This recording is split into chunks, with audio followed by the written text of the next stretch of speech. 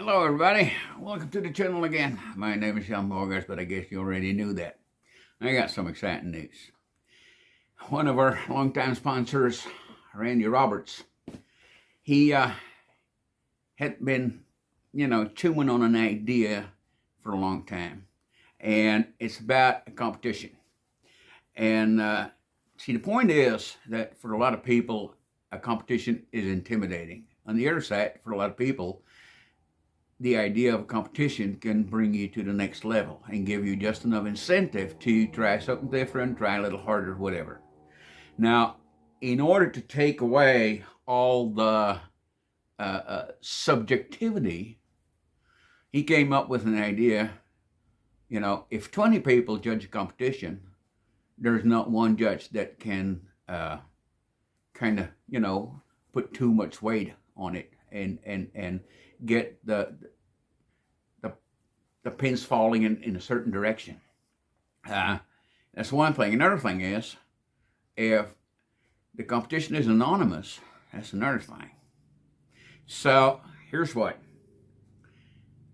By half of September, the quirts, because that's what the competition is about, the quirts need to be at Randy's so he can process them and assign them a number, and he'll bring it to the Decatur gathering.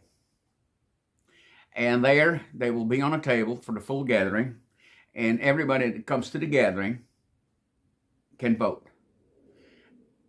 Even if it's a visitor, and I know for a fact that some of the folks that are going to be in Fort Worth to show at the National Range Cowboys Association Snaffle Bit Fraternity will be coming over, and they can all vote.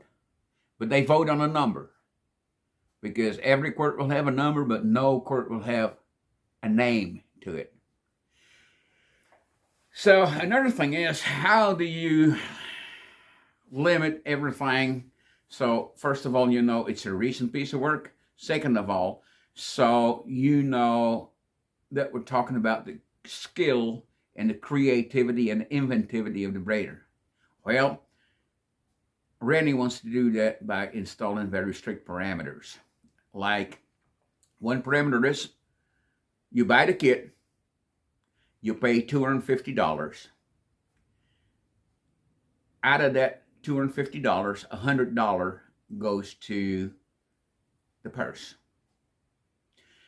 In the kit is going to be a popper, is going to be this quirt core, I should say, this saddle ring, a saddle string for a handhold, and a soga. And you cut up that soga the way you like it. You do with that soga whatever you want, but you got to use that rawhide. So we get everybody starting out with the same material, the same popper, the same core, the same ring, the same saddle string, and the same soga. And from there you go. And if you think, I'd like to cover this cord with an 8-plat, go ahead, cut your string to an 8-plat, or a 12, or a 16, or a 24. We don't care. But execute it to the best of your ability and see how everybody likes it. We want you to keep the popper plain. It's not a leather contest, it's a braiding contest.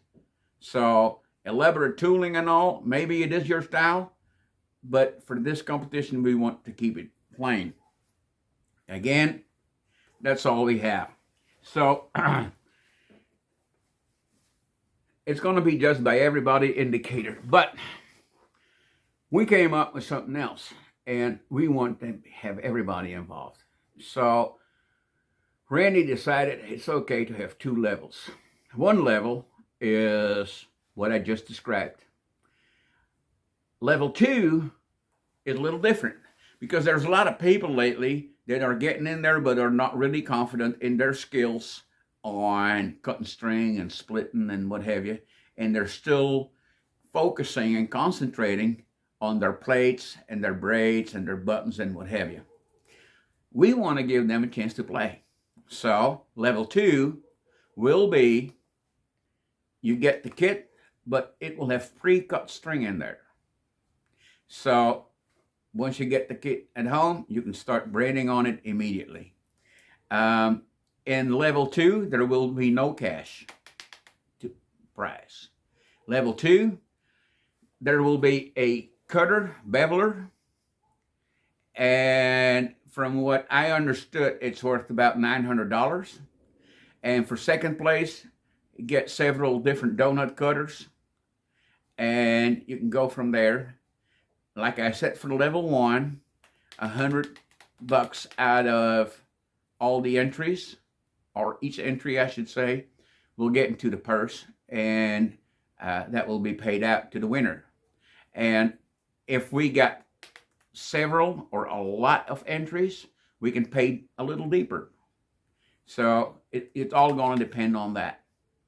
And already a lot of people obviously have said, oh man, we like the idea and we want to jump in. And again, people that are planning to come to the gathering, they can enter, no problem.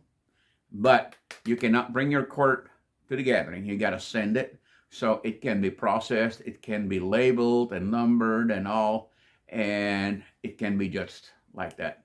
If you got any more questions, please contact Randy Roberts, and I'll try to get his phone number in the comments below. So thank you for it. I hope you think this news is just exciting as I think it is. And well, wish you all the luck, and get in touch with Randy, get your kit, and enter in the competition. Good luck.